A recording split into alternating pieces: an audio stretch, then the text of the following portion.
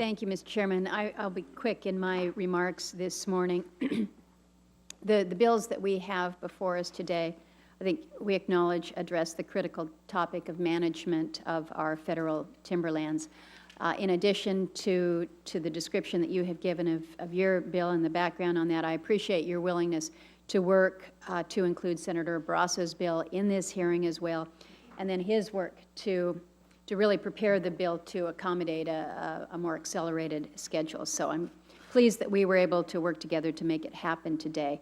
Just a quick mention on process before my comments with regards to the respective bills.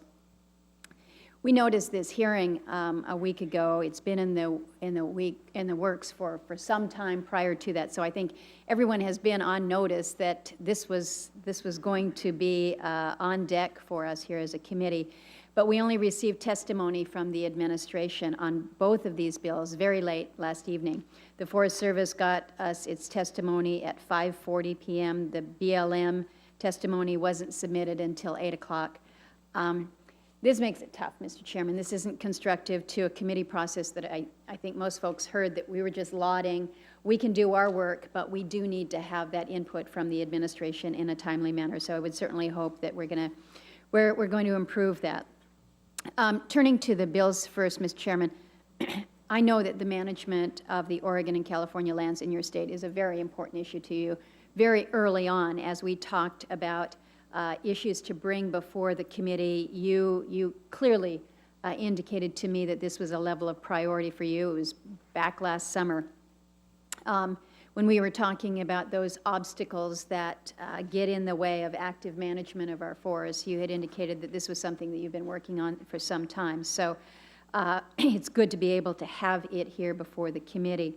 As I understand it, in Oregon on the ONC, at issue is the management of more than 2.4 million acres of timberlands that were, by statute, to be managed for permanent forest production under the principle of sustained yield, and that mandate was upheld in federal court. But yet, despite that mandate, it's not happening. And I think you know, because we've had this discussion, we've got a similar mandate in Alaska. We're not seeing the timber harvest levels increase either. So I clearly know your frustration and desire to try to legislate a better result. Like you, I think we know that it is about certainty within the industry. It's about jobs for the people who live in these communities, and not just about raising revenue for the counties. So lots of good reasons for how we can do better when it comes to the management aspect. This bill also seeks to modernize existing federal laws, including NEPA, to provide certainty that timber harvest will occur and end the vice grip litigation it has had on the harvest. I do appreciate the acknowledgement that these laws need modernizing.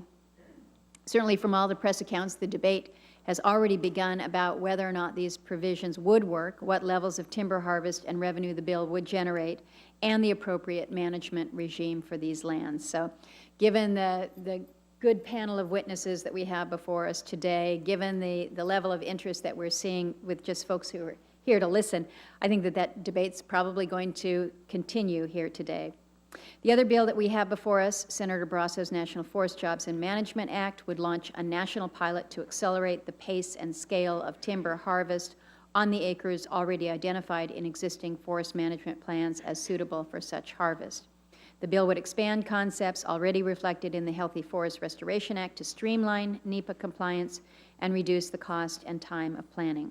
The bill also introduces arbitration as an alternative dispute resolution process to the courts, where I think we all know we've seen a lot of good projects die when they get to the courts. So I think it is fair that we have both measures before us here today. They both raise critical issues that I think deserve our attention. And as we noted at the outset, this could very well be your last hearing, and based on your comments, I have to believe it is. So I think it is appropriate that we should be taking up a topic that is so important to you and those that you represent. So I'm looking forward to hearing from our witnesses today and further discussion about the importance of timber management on our federal lands.